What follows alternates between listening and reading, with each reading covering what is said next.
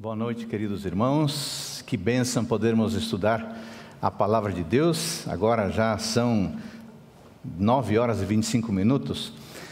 Coube-me a responsabilidade de falar um pouco do conhecimento do Espírito Santo. Conta-se que uma menina e sua avó, essa história aqui, pastor Gilson, está no livro Revelação do Espírito, essa história eu vou contar. Eu já li muitos livros do Espírito Santo, mas esse aí é o melhor. A CPB vai ter que se virar para conseguir para todo mundo aí. Olha só, hein? Conta uma história que uma menina e sua avó estavam na igreja certa manhã. A menina estava desenhando, aparentemente alheia a tudo que estava acontecendo. Porém, ela estava escutando. Certo momento, ela puxou a blusa da avó e falou assim: vó, o pastor disse que Deus vive em nós? A avó disse: sim, querida, ele vive. Aí a criança continuou desenhando, fazendo as coisinhas dela. Daqui a pouco ela pergunta, puxa a blusa da vovó e fala assim: vovó, o pastor acabou de dizer que Deus é maior do que nós? É claro, princesa, disse a vovó, Deus é maior do que nós. Ô, vó, se Deus é maior do que nós, se Deus mora dentro de nós, uma parte dele não deveria aparecer pelo lado de fora? Olha a pergunta inteligente da menina. Faz sentido, né? Se Deus mora dentro de nós, se Deus é maior do que nós, ele não deveria aparecer em nós? A menina tem razão. Se a gente olhar desse lado infantil, uma experiência genuína com Jesus Cristo deveria permitir que Ele fosse apresentado através da nossa vida. E de fato, irmãos queridos, isso é o que acontece. Sabe o que nós chamamos isso? Nós chamamos isso de testemunho. Toda vez que você testemunha, você está mostrando Cristo do lado de fora do seu corpo. Por quê? Porque Cristo vive em você, e se Cristo é maior que você, se Ele vive em você, Ele tem que aparecer. Faz sentido a observação dessa criança. Agora, como é que Deus é capaz de aparecer em nós? Sabe como? É pelo Espírito Santo. Pelo fruto do Espírito Santo e pelos dons do Espírito Santo. Então eu vou ter o prazer agora de, nos próximos poucos minutos que eu tenho, explicar para você como é que isso acontece. E por isso eu vou explicar para você, através da Bíblia, quem é o Espírito Santo? Como é a pessoa do Espírito Santo? Esse não será exatamente um sermão, tá bom? Vai ser um estudo bíblico. Então eu quero que você faça o seguinte, irmão, agora, por favor. Irmão, irmã, jovem, menino, eu quero que você tenha a sua Bíblia, ok? Bíblia em mãos, mais uma coisa, uma caneta, pode ser uma caneta? Estou com a minha aqui, uma caneta e um caderno, porque eu vou falar vários textos bíblicos, e eu vou falar várias ideias, e eu queria que você tomasse nota de algumas delas. Sabe por quê? Porque quando nós escrevemos, nós guardamos a informação. A gente fica só escutando, a informação entra e daqui a pouco esquece. Então, Bíblia na mão, combinado? Caneta na mão, caderno na mão. Vamos começar? E eu quero começar um estudo bíblico sobre conhecendo o Espírito Santo, dizendo o seguinte, nós não podemos explicar plenamente quem é o Espírito Santo. Eu queria que você guardasse isso no coração. Eu vou saber tudo sobre o Espírito Santo. Não é possível. Sabe por que não é possível? Porque a Bíblia não tem tanta informação assim sobre o Espírito Santo. É verdade que a Bíblia tem informação suficiente sobre o Espírito Santo, mas não há tanto quanto a gente gostaria. E talvez por isso o Espírito Santo é tido como um agente misterioso, porque nós não temos todas as explicações. Na Bíblia, nós não temos de fato todas as informações que gostaríamos de ter sobre o Espírito Santo, porém, escuta aqui, nós temos as informações suficientes, e as informações que nós temos são suficientes para formarmos um conceito claro de quem é o Espírito Santo, como é a pessoa dele, se de fato ele é Deus e como ele age em nós. Temos informação suficiente, mas é possível que haja algumas lacunas. Quando nós estudamos o Espírito Santo, temos que ter uma atitude. Que atitude é essa? É uma atitude de humildade. Por quê? Porque nós estamos entrando num terreno sagrado. E assim como Moisés, quando encontrou-se com Deus na sarça, Deus disse para Moisés: tira as sandálias, porque o lugar que você está pisando, terra santa é. Nós precisamos assumir uma postura de humildade e de reconhecimento que nada somos. Muito bem, feito isto, eu queria então entrar para um aspecto fundamental sobre o Espírito Santo. Eu queria falar sobre os símbolos do Espírito Santo. É muito interessante que a linguagem ela é impressionante. Acontece, porém, que muitas vezes nós não temos palavras ou conceitos que explicam da maneira mais acertada ou mais completa o que a gente gostaria de saber. Quando se trata do Espírito Santo, isso é muito frequente na Bíblia. Por isso, Deus, na sua sabedoria, escolheu figuras, metáforas ou às vezes imagens, porque as imagens têm muitas vezes o poder de comunicar muito mais do que apenas uma palavra ou um conceito é capaz de comunicar. E na Bíblia nós temos vários símbolos sobre o Espírito Santo. Um desses símbolos, por exemplo, está em Isaías capítulo 4, versículo 4. Você quer estudar comigo? Abre a sua Bíblia, por gentileza. Isaías capítulo 4, versículo 4. Nós vamos analisar brevemente 4 símbolos, 4 figuras que são usadas na Bíblia para se referir ao Espírito Santo. Está com a Bíblia na mão? Então vai lá. Isaías capítulo 4, versículo 4. Naquele tempo, o Senhor lavará a impureza das filhas de Sião e limpará Jerusalém da culpa do sangue que há no meio dela, com o espírito de justiça e com o espírito purificador.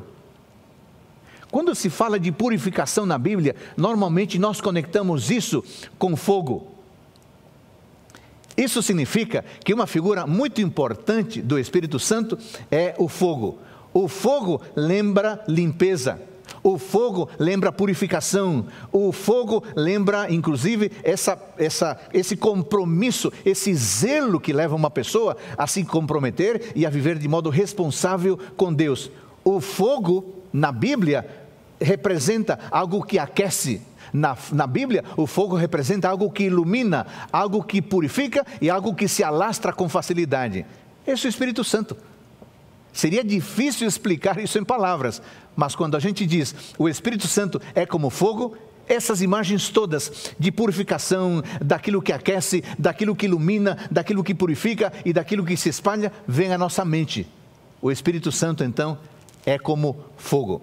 Mas há um segundo símbolo que se utiliza na Bíblia, que a Bíblia utiliza para tentar explicar a pessoa ou quem é o Espírito Santo. E esse símbolo está no livro de Ezequiel, capítulo 37, versículos 7 a 10. Eu queria que você acompanhasse na sua Bíblia. Por favor, pegue a sua Bíblia, porque agora já são 9 e pouco. Algumas pessoas vão querer ficar dormindo, então ficar ativo é algo importante para não dormir. Ezequiel capítulo 37, versículos 7 a 10. Então profetizei como me havia sido ordenado. Enquanto eu profetizava, houve um ruído, um barulho de ossos que batiam contra ossos e se ajuntavam, cada osso ao seu osso. Olhei e eis que apareceram tendões sobre os ossos, cresceram as carnes e elas se cobriram de pele, mas não havia neles o Espírito. Então me disse: profetiza o Espírito. Profetize, filho do homem, e diga ao Espírito: assim diz o Senhor Deus, venha dos 4 ventos, ó Espírito, e sopre sobre estes mortos para que vivam. A segunda figura impressionante do Espírito Santo é a figura do vento. O vento, irmãos, simboliza o trabalho regenerador do Espírito Santo, que indica a sua ação misteriosa. O vento é impressionante, você não vê o vento por aí, ele não tem endereço. Ele não tem uma localização, mas você é capaz de identificar as ações do vento. Da mesma forma, você não consegue controlar o Espírito. Você não consegue ter o Espírito para fazer-o trabalhar ao seu favor. É o Espírito que trabalha por você. Mas você não pode tornar ou tomar o Espírito Santo um mecanismo para o seu serviço do jeito que você quiser. Jesus disse isso de maneira clara também, quando falou com Nicodemos, ali em João capítulo 3. Então nós temos 2 figuras, certo? A figura do fogo Nós temos a figura do vento, mas há uma terceira figura impressionante do Espírito Santo, e eu queria que você me acompanhasse em Ezequiel capítulo 36, versículo 25. Olha o que está escrito: então aspergirei água pura sobre vocês. Então aspergirei água pura sobre vocês, e vocês ficarão purificados, e os purificarei de todas as suas impurezas e de todos os seus ídolos. Eu lhes darei um coração novo, e por dentro de vocês um espírito novo. Tirarei de vocês o coração de pedra, e lhes darei um coração de carne. Porei dentro de vocês o meu espírito. Você percebe como o terceiro elemento que aparece na Bíblia, para tentar mostrar quem é o Espírito Santo, é a água. A água é a fonte, é a água, é elemento, é o significado de pureza, é o significado de vida, é o significado de algo ativo, é o significado de algo dinâmico. Uma quarta figura impressionante do Espírito Santo está em Efésios, no Novo Testamento, capítulo 1, versículo 13. E você vai juntando esses símbolos, essas figuras, essas imagens, e você vai compreendendo um pouco melhor quem é o Espírito Santo. Efésios capítulo 1, versículo 13, apresenta uma outra figura bonita do Espírito Santo. Nele também vocês, depois que ouviram a palavra da verdade, o evangelho da salvação, tendo nele também crido, receberam o selo do Espírito. Uma quarta imagem, uma quarta figura do Espírito Santo é o selo. Por quê? Porque o selo representa a propriedade, o selo representa a pertença, e quando nós nos entregamos a Deus, nós pertencemos a Ele, e quem sacramenta esse sentimento de pertença, esse sentimento de que temos um dono, quem é? O Espírito Santo. É Ele que apresenta isso em nossa mente e em nosso coração. Há uma quinta figura do Espírito Santo que está no livro de Zacarias, capítulo 4, versículos 2 a 6. Então pegue a sua Bíblia, por favor. Zacarias, quase no finalzinho do Antigo Testamento. Zacarias capítulo 4, versículos 2 a 6. Olha o que está escrito, ó. Então ele me perguntou: o que você está vendo? Respondi: vejo um candelabro todo de ouro, e um vaso de azeite em cima com as suas 7 lâmpadas e os seus tubos, um para cada uma das lâmpadas que estão em cima do candelabro. Junto ao candelabro vejo 2 oliveiras, uma à direita do vaso de azeite e a outra à esquerda. Estou lendo o livro de Zacarias. Agora o versículo 5. O anjo que falava disse comigo: você não sabe o que é isto? Não, meu senhor. Ele prosseguiu e me disse: esta é a palavra do Senhor a Zorobabel, não por força, nem por poder, mas pelo meu Espírito, diz o Senhor dos Exércitos. Qual que é a figura aqui? O azeite. Olha que impressionante: fogo, vento, água, selo, azeite. Talvez uma das figuras mais conhecidas do Espírito Santo no Novo Testamento, na Bíblia toda, é aquela que está em Mateus capítulo 3, versículo 16, que diz o seguinte: Mateus 3,16: depois de batizado, Jesus saiu logo da água, e eis que os céus se abriram, e ele viu o Espírito de Deus descendo como pomba, vindo sobre ele. A pomba também é um símbolo do Espírito Santo. Nos fala de quão doce é o Espírito Santo, nos fala de quão terno é o Espírito Santo, nos fala de quão amável é o Espírito Santo, nos fala de quão inocente é o Espírito Santo, quão suave é o seu trabalho, quanta paz, quanta pureza e quanta paciência o Espírito Santo traz para nós. Se você juntar essas 6 figuras, fogo, vento, água, selo, azeite e pomba, você terá uma imagem muito mais clara de quem é o Espírito Santo. Agora, irmãos, há um problema sério, que aliás tem sido um problema ao longo de toda a teologia cristã. A teologia cristã muitas vezes negligenciou o estudo sobre a pessoa, ou sobre a pessoalidade, ou sobre a personalidade do Espírito Santo. Porque, não sei se você notou, mas se você pegar essas imagens que eu mostrei aqui a partir da Bíblia, fogo, vento, água, selo, azeite, pomba, você fica pensando assim: puxa, mas como é que eu posso definir uma pessoa dizendo que ela é fogo, que ela é vento, que ela é água, que ela é selo, que ela é azeite, que ela é pomba? Fica difícil, né? Fica difícil. E infelizmente a teologia não colaborou, a teologia cristã não colaborou muito para aprofundar essa percepção de que o Espírito Santo, embora seja comparado ao fogo, ele não é algo tão assim estranho, embora seja comparado à água, ele é uma pessoa. E acontece, irmãos, que muitas vezes a teologia cristã, a teologia protestante, a teologia evangélica, tem enfatizado o Espírito Santo como energia e como poder. E por causa disso, o Espírito Santo tem sido visto não exatamente como um ser, e na verdade tem sido visto como um agente que não tem nem personalidade e que não tem nem individualidade. Se não tem individualidade e não tem personalidade, então não é uma pessoa. Aí você diz, o Pai, tudo bem, o Pai é Deus, mas é Pai, e essa figura de Pai lembra uma pessoa. O Filho é uma pessoa, e se é uma pessoa, então é um ser. Agora, o Espírito Santo, como é que é uma pessoa? Ele é comparado com fogo, ele é comparado com água, é comparado com selo, é comparado com azeite, e para muita gente isso acaba dificultando a percepção de que ele é uma pessoa. Agora, irmãos queridos, deixa eu falar uma coisa importante para vocês. Quando nós estudamos a figura do Espírito Santo, nós precisamos tomar alguns aspectos muito a sério. Deixa eu falar algo importante que se refere a uma pessoa. O primeiro argumento, quando nós falamos de uma pessoa, é que quando nós nos referimos a essa pessoa, quando alguém se refere a uma pessoa, precisa usar em relação a ela pronomes pessoais. Isso é muito simples, isso na comunicação, isso é muito fácil e é muito comum de acontecer. Se você está se referindo a uma pessoa, você usa pronomes em relação a essa pessoa. Uma pessoa é alguém que ao falar diz eu fiz, eu voltei, eu me alimentei, eu cantei, eu chorei, etc. Para a pessoa ser pessoa, tem que usar um pronome pessoal em relação a ela mesma. O vento não vai dizer eu, concorda comigo? Uma energia não vai dizer eu, porque pronome, se refere a uma pessoa que tem individualidade e que tem personalidade. Bom, em segundo lugar, quando essa pessoa é abordada, nós dizemos a pessoa tu, que não é muito comum, mas é gramatical, ou dizemos você. Amigo, você aí, você que está me ouvindo. Toda vez que a gente diz você, usamos você, o pronome você, estamos nos referindo a uma pessoa. Além disso, quando se lhe faz alguma referência, quando se faz referência a uma pessoa, nós chamamos a pessoa de ele.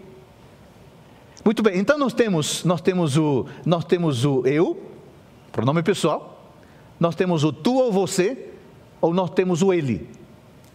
Uma pessoa tem que usar esses pronomes. A pergunta é, isso é utilizado em relação ao Espírito Santo? Porque se isso for utilizado em relação ao Espírito Santo, qual que é a nossa conclusão? Uma pessoa. Deixa eu ler então um texto para você sobre isso. Você quer abrir comigo? Atos capítulo 13, versículo 2. Olha que impressionante. Este versículo e o outro que vou ler de João, vão deitar por terra qualquer argumento se alguém está dizendo, não, o Espírito Santo, como o nome diz, é um Espírito, mas ele não é pessoa, não tem individualidade e não tem personalidade. Para um pouquinho, vamos ver Atos capítulo 13, versículo 2, olha o que está escrito aqui, Atos capítulo 13, versículo 2, enquanto eles estavam adorando o Senhor e jejuando, o Espírito Santo disse, olha aqui, o Espírito Santo disse, notou ali? O Espírito Santo disse. Você acha que uma energia fala? Você acha que algo que é impessoal fala? Se alguém está falando, é porque é pessoa. O Espírito Santo disse, estou lendo Atos 13, 2, o Espírito Santo disse, separem-me, olha aí, separem-me agora Barnabé e Saulo para a obra que os tenho chamado, que eu os tenho chamado. Como é que fica então a história de que o Espírito Santo não tem personalidade, não tem individualidade, se aqui ele está falando como uma pessoa, como um sujeito, como um indivíduo? E tem muitos versículos sobre isso, mas eu queria ler pelo menos mais um. João capítulo 15, versículo 26. João capítulo 15, versículo 26. Olha o que esse texto diz, usando os pronomes e denotando que o Espírito Santo não é uma energia, o Espírito Santo é uma pessoa. Atos capítulo 15, versículo 26. Está com a Bíblia aí? Então vou ler aqui. É João capítulo 15, versículo 26. Quando, porém, vier o Consolador, que eu enviarei a vocês da parte do Pai, o Espírito da verdade que dele procede, esse dará testemunho de mim. Irmãos queridos amigos, não é possível usar tantos pronomes claros e ainda chegar à conclusão de que o Espírito Santo não é uma pessoa. Eu entendo que isso ficou muito claro para você nesses dois textos, o texto de Atos capítulo 13, versículo 2, e o texto de João capítulo 15, versículo 26. E não é só isso, eu poderia passar aqui longas horas, literalmente longas horas, lendo com você ou para você vários textos que mostram a pessoalidade do Espírito Santo, mas eu vou só apresentar mais alguns argumentos. Ele tem inteligência, o Espírito Santo tem inteligência, o Espírito Santo tem conhecimento, duvida? João capítulo 14, versículo 26, João 14, 26, mas o Consolador, o Espírito Santo, que o Pai enviará em meu nome, esse ensinará a vocês todas as coisas, e fará com que se lembrem de tudo o que ele disse. Irmãos queridos, amigos, o Espírito Santo é o melhor professor de todos os tempos. Você já viu energia ensinando? Você já viu vento ensinando? Não, o ensinamento só é possível a partir de uma pessoa. O ensinamento só é possível quando uma pessoa faz isso. E João capítulo 14, o texto que nós acabamos de ler, versículo 26, diz que o Espírito Santo ensinará. E não é só isso não, ele nos fará lembrar. Você sabia que o Espírito Santo tem emoções? Você já viu o vento se emocionando? Você já viu energia se emocionando? Não, não é possível. Emoções são restritas a pessoas. Mas veja ali comigo Efésios capítulo 4, versículo 30. Olha o que diz esse texto. Efésios capítulo 4, versículo 30. Diz assim, Efésios 4, 30. E não entristeçam o Espírito de Deus, no qual vocês foram selados para o dia da redenção. Espírito, vento, energia não se entristece, só ficam tristes pessoas. Você sabia que o Espírito Santo faz julgamento? Você já viu energia julgando? Você já viu energia tomando partido sobre algo? Então veja lá comigo Atos capítulo 15, versículo 28. Atos capítulo 15, versículo 28. Em Atos 15, 28, nós temos mais uma demonstração clara de que o Espírito Santo não é uma energia, o Espírito Santo é uma pessoa. Pois pareceu bem ao Espírito Santo e a nós não impor maior encargo além destas coisas essenciais. Pareceu bem ao Espírito Santo. Para o Espírito Santo chegar à conclusão que essa coisa era boa, isso que estava decidindo, é porque ele fez um juízo, né? Fez uma avaliação, fez um julgamento. Que eu saiba, energia não tem condição de fazer julgamento, porque julgamento exige um raciocínio moral, um raciocínio espiritual, um raciocínio lógico, e certamente vento, energia, poder, não tem condições de fazer isso. Quem faz isso é uma pessoa. Irmãos, eu falei que poderia passar longos minutos mencionando versos e lendo versos com vocês, mas não dá tempo para isso. Eu apenas vou mencionar aqui, é possível mentir ao Espírito Santo? Sabia disso? Tem mais uma coisa, é possível resistir ao Espírito Santo. Tem mais, é possível pecar contra o Espírito Santo. Você falar isso, olha, eu pequei contra o vento hoje, viu? Sério, eu pequei contra a energia. Se você falar isso, as pessoas vão achar que você é louco, que você não está bem na cabeça. Mas você pode dizer, eu pequei contra o Espírito Santo. Sabe por quê? Porque o Espírito Santo é uma pessoa, tem individualidade, tem personalidade, é Deus. É pessoa, assim como o Pai é pessoa, assim como o Filho é pessoa, o Espírito Santo também é pessoa. Irmãos, o Espírito Santo fala, Atos 8:9. O Espírito Santo ensina, Lucas 12:12. O Espírito Santo revela, Lucas 2:26. O Espírito Santo testemunha, Atos 20:23. O Espírito Santo prescruta, sonda, 1 Coríntios 2:10 e 11. O Espírito Santo envia, Atos 13:2. O Espírito Santo guia, Atos 8:29. O Espírito Santo anuncia o que há de vir, João 16:13. O Espírito Santo testifica com o nosso espírito, Romanos 8:15. Eu creio que a esta altura, irmãos queridos, depois desses tantos versos que eu acabei mencionando, lendo alguns e mencionando outros, você já entendeu que o Espírito Santo é uma pessoa. Mas agora deixa eu aproveitar os últimos minutos que me restam para falar da divindade do Espírito Santo. Tem gente que diz que, não, tudo bem, o Espírito Santo pode até ser uma pessoa, mas não é Deus.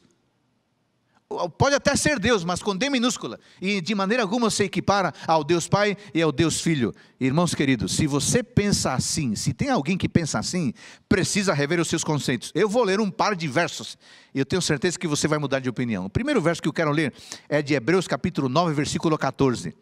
Hebreus 9:14, olha o que diz aí em Hebreus 9:14.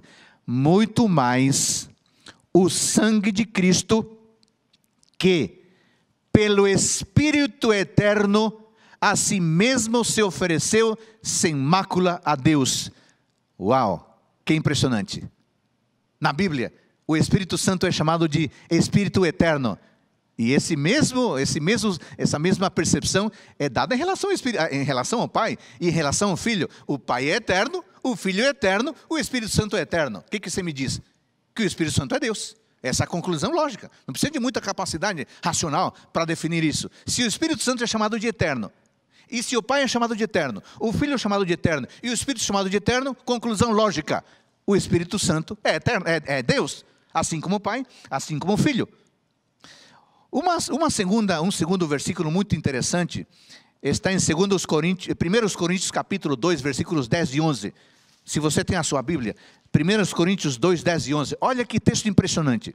Porque o Espírito a todas as coisas perscruta, até mesmo as profundezas de Deus. Porque qual dos homens sabe as coisas de Deus, senão o seu próprio Espírito que nele está? Assim também as coisas de Deus, ninguém as conhece, senão o Espírito de Deus. Ah, meu irmão, não tem como negar a divindade do Espírito, depois de ler 1 Coríntios capítulo 2, versículos 10 e 11. Quer mais? O Novo Testamento atribui à pessoa do Espírito Santo o que o Antigo Testamento apresenta como sendo obras, como sendo ações de Deus. Eu poderia ler Atos 2, 28 e comparar com Isaías 6. Em Atos 2 se fala do Espírito Santo, e em Isaías 6 se fala de Deus, na mesma situação. O que significa? Que para o escritor bíblico, falar do Espírito Santo é falar de Deus. Falar de Deus é falar do Espírito Santo. Um quarto argumento que eu poderia apresentar a você a partir do Salmo 139, versículo 7. Para onde me ausentarei do teu Espírito? Para onde fugirei da tua face? Sabe o que significa isso? Que o Espírito Santo é onipresente. Tem mais um outro verso em 1 Coríntios capítulo 2, versículo 10. Porque o Espírito a todas as coisas perscruta, até mesmo as profundezas de Deus. Sabe o que significa isso? Que o Espírito Santo, além de ser onipresente, ele é onisciente. Tem mais um verso importante, 1 Coríntios 12, 11. Mas um só e o mesmo Espírito realiza todas as coisas, distribuindo-as como lhe apraz a cada um individualmente. Olha aqui, olha o raciocínio. O Espírito Santo é onipresente, o Espírito Santo é onisciente e o Espírito Santo é onipotente. E para completar essa série de versos, de 7 ideias, a 7ª, o Espírito Santo recebe a adoração divina na fórmula batismal, e na fórmula que aparece em Mateus 28, 19, e na bênção apostólica de 2 Coríntios 13, 14, ele é apresentado como alguém que merece receber toda a adoração por parte dos seres humanos. Irmãos, quando alguém falar que o Espírito Santo não tem individualidade, quando alguém falar que o Espírito Santo não tem personalidade, você pode abrir o seu caderno, esse caderno que você acabou de usar aí, Você pode mostrar, olha aqui, ó, esses textos dizem diferente. Nós precisamos ter essa percepção de maneira muito clara, por uma razão muito importante. É a partir da percepção que nós temos de quem é o Espírito Santo, que nós podemos convidá-lo e permitir que ele trabalhe em nossa vida. Aliás, o papel do Espírito Santo é impressionante e faltaria tempo para a gente entrar nisso aí, mas eu vou apenas mencionar. O Espírito Santo é o que nos transforma. Já se falou agora aqui no início sobre o novo nascimento. Quem é que possibilita o novo nascimento? O Espírito Santo. Número 2, o Espírito Santo purifica. Número 3, o Espírito Santo nos assiste em nossas fraquezas. Esse texto é impressionante que eu quero lê-lo. Romanos capítulo 8, versículo 26. Romanos 8, 26. Esse texto diz assim, ó: da mesma maneira, também o Espírito nos ajuda em nossa fraqueza, porque não sabemos orar como convém, mas o próprio Espírito intercede por nós com gemidos inexprimíveis. Olha, Romanos 8 é um texto à parte, merece um estudo, uma vigília só de Romanos 8. Esse capítulo Romanos 8 é tão impressionante, que só nele o Espírito é mencionado 21 vezes, 19 vezes das quais se referem especificamente ao Espírito Santo. Você duvida? Então leia a sua Bíblia, Romanos 8. Romanos 8 fala das bênçãos da salvação. E se Romanos 8 fala das bênçãos da salvação, e em Romanos 8 são mencionadas 19 vezes o Espírito, é mencionado 19 vezes o Espírito Santo, o que você conclui? Que a salvação é possível graças ao Espírito Santo agindo em nossa vida. Muito bem, em quarto lugar, o Espírito Santo nos assiste em nossas orações. Acabei de ler aqui, ó, não sabemos orar como convém, mas o próprio Espírito intercede por nós. E se você for a Tiago, Tiago vai nos deixar envergonhados. Tiago vai dizer o seguinte, olha, vocês não sabem nem pedir, vocês pedem mal para gastar nos seus próprios prazeres. Puxa, não fosse o Espírito Santo, nós que não sabemos nem orar, Deus não poderia atender as nossas orações, mas o Espírito Santo, Romanos 8, 26, é o nosso intercessor, e ele intercede por nós com gemidos inexprimíveis. Você sabe o que significa gemidos inexprimíveis? Ah, que pena que meu tempo está acabando, não posso explicar para você. Mas isso aí merece um sermão à parte, viu? Gemidos inexprimíveis. Número 5, o Espírito Santo nos inspira em nossas orações, porque nós não sabemos orar como convém.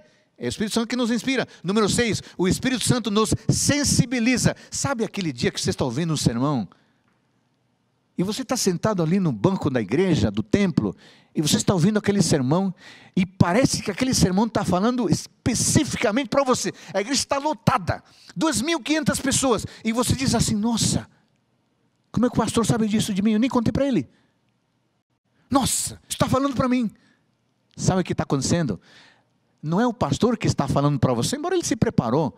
Quem está falando para você é o Espírito Santo, que tomou essa mensagem que o pastor preparou com carinho, com oração, e o Espírito Santo está tomando e está traduzindo para a sua vida. Ele nos sensibiliza. E em sétimo lugar, o Espírito Santo nos dá a noção real de quem nós somos. Irmãos queridos, se não fosse o Espírito Santo, nós teríamos um autoconceito terrível, equivocado de nós mesmos. Se um dia nós formos capazes, ou somos capazes, de ter um autoconceito correto da nossa pessoa, de quão pecador nós somos, é porque o Espírito Santo nos permite ter essa autoavaliação sincera, honesta e humilde. Sabe qual é a minha conclusão com tudo isso? A minha conclusão é que nós precisamos cooperar com o Espírito Santo, porque Ele é Deus, Ele é uma pessoa.